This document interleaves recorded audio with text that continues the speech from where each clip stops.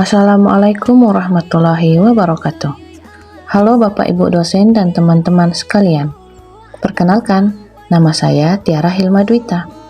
NIM 24 11 11 60154. Saya bekerja sebagai guru SD di SD Negeri 197/3 Kemantan Kebalai. Dosen pengampu pada mata kuliah statistik ini yaitu Bapak Dr. Estuhuno SPD MPD. Di video kali ini, saya akan mempresentasikan hasil tugas ujian akhir semester pada mata kuliah statistik yang berjudul Pengaruh Pelatihan dan Keterampilan Mengajar terhadap Kinerja Guru di SD Negeri 197/3 Kemantan Kebalai. Baiklah, berikut adalah data yang sudah saya siapkan, yaitu berjumlah 40 responden penelitian. Nah, ini adalah data 40 responden tersebut. Selanjutnya, kita akan memasukkan data ini ke dalam aplikasi SPSS 25. Nah, berikut adalah langkah-langkah lengkap untuk memasukkan data ke SPSS 25 menggunakan data yang terdiri dari 3 variabel, yaitu X1 pelatihan, X2-nya keterampilan mengajar, dan Y kinerja guru. Adapun langkah memasukkan data ke SPSS 25, yaitu yang pertama, kita buka SPSS 25, kemudian kita jalankan aplikasi SPSS di komputer kita. Nah, kita pilih blank dataset. Kemudian, pada halaman awal, kita pilih New Dataset atau klik File, New Data. Kita masuk ke variabel View. Nah, di bagian bawah jendela SPSS ini, kita klik Tab dan variabel View. Isi kolom seperti ini untuk 3 variabel. Nah, X1 pelatihan, X2 keterampilan mengajar, dan Y kinerja guru.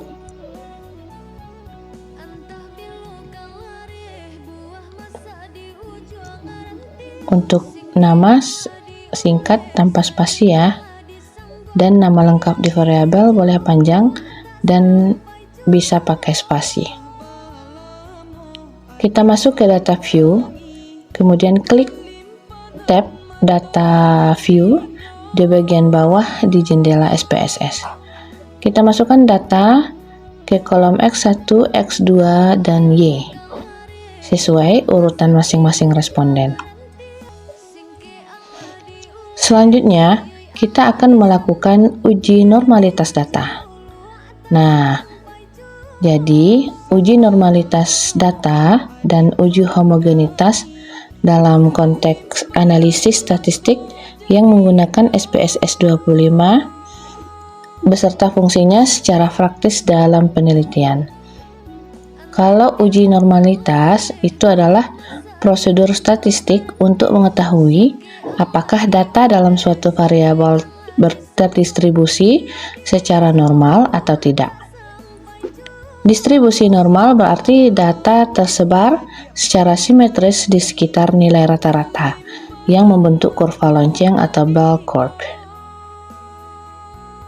Nah, tujuannya adalah ini penting ya, karena sebagian besar uji statistik parametrik seperti uji T dan ANOVA mengasumsikan bahwa data harus berdistribusi normal agar hasil analisisnya valid. Nah, kapan kita menggunakan? Yaitu saat akan melakukan uji T atau uji ANOVA. Dan untuk memvalidasi bahwa data memenuhi asumsi dasar statistik parametrik.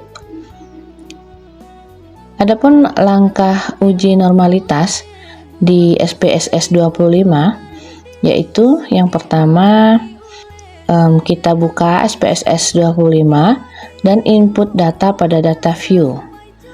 Klik menu Analyze Descriptive Statistics dan kita explore. Kita masukkan variabel X1, X2, dan Y ke kontak dependent list. Kemudian kita klik tombol plots. Nah, kita centang ini normality plots with test dan kita klik continue. Selanjutnya kita klik OK. Nah, ini adalah output yang dihasilkan. Nah, di mana interpretasinya jika besar dari 0,05 maka data berdistribusi normal, dan jika kecil ataupun sama dari 0,05 maka data tidak normal. Jadi karena hasilnya di sini besar dari 0,05 untuk semua variabel, maka dinyatakan datanya normal. Baiklah, selanjutnya uji homogenitas ya, di mana uji homogenitas ini adalah uji yang digunakan untuk mengetahui apakah varians ataupun tingkat penyebaran data antar kelompok adalah sama ataupun tidak. Dalam penelitian komparatif, misalnya membandingkan dua kelompok, nah kita perlu memastikan bahwa kelompok-kelompok tersebut memiliki keragaman data yang setara. Tujuannya adalah mengetahui apakah kelompok-kelompok dalam penelitian memiliki variansi yang homogen ataupun setara. Nah, jika tidak homogen, maka hasil uji komparatif seperti uji T dan ANOVA bisa menjadi tidak valid. Kapan kita gunakan? Nah, kita akan menggunakan uji homogenitas ini saat membandingkan dua atau lebih kelompok data pada uji T atau ANOVA untuk memeriksa asumsi penting sebelum uji parametrik dilakukan. Adapun langkah-langkah yang akan dilakukan di SPSS yaitu pertama, kita klik Analyze, kemudian Compare Means, dan One Way ANOVA.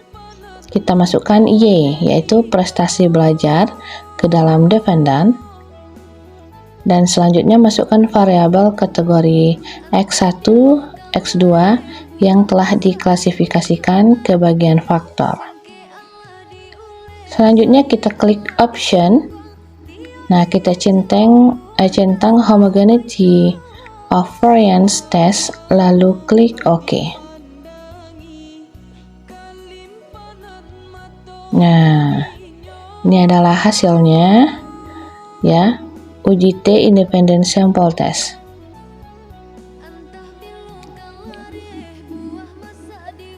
Tujuannya adalah mengukur apakah ada perbedaan kinerja guru antara dua kelompok pelatihan tinggi dan pelatihan rendah.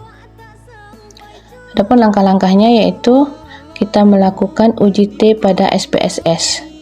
Kita pilih Analyze, kemudian regresi linear berganda. Kita masukkan data Y ke dependent list X1 dan X2 ke dependent list. Kemudian klik OK. Nah, maka kita akan langsung mendapatkan hasil uji T dan ANOVA-nya seperti ini. Ya. Dimana interpretasinya yaitu jika besar dari 0,05 maka artinya pelatihan tidak berpengaruh signifikan secara parsial terhadap kinerja guru. Dan keterampilan mengajarnya itu juga besar dari 0,966 ya. Artinya keterampilan mengajar juga tidak berpengaruh signifikan secara parsial terhadap kinerja guru. Nah, kesimpulan yang kita dapatkan berdasarkan hasil uji T dapat kita simpulkan bahwa pelatihan maupun keterampilan mengajar tidak memiliki pengaruh signifikan terhadap kinerja guru secara parsial.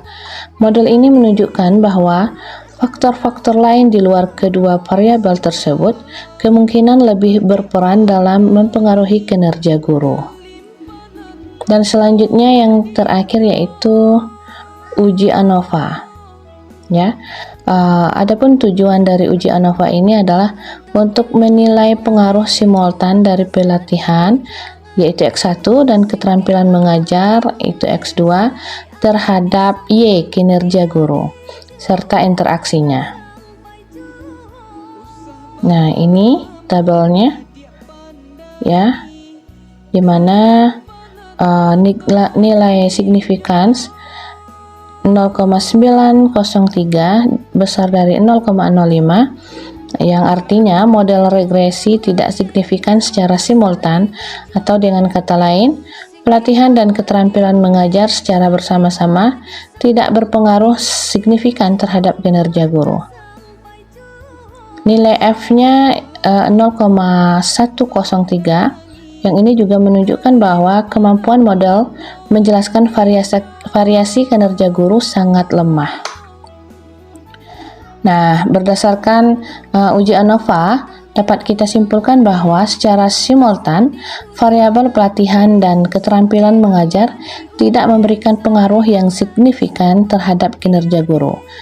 Hal ini konsisten dengan hasil uji T sebelumnya yang tadi itu, yang menunjukkan bahwa keduanya juga tidak signifikan secara parsial. Maka disarankan untuk mengeksplorasi variabel lain yang mungkin lebih relevan dalam menjelaskan kinerja guru.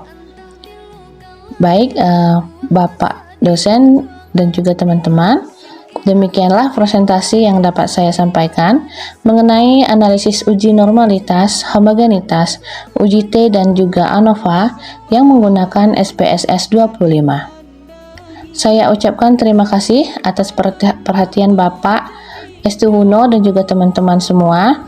Saya mohon maaf apabila terdapat kesalahan. Wassalamualaikum warahmatullahi wabarakatuh.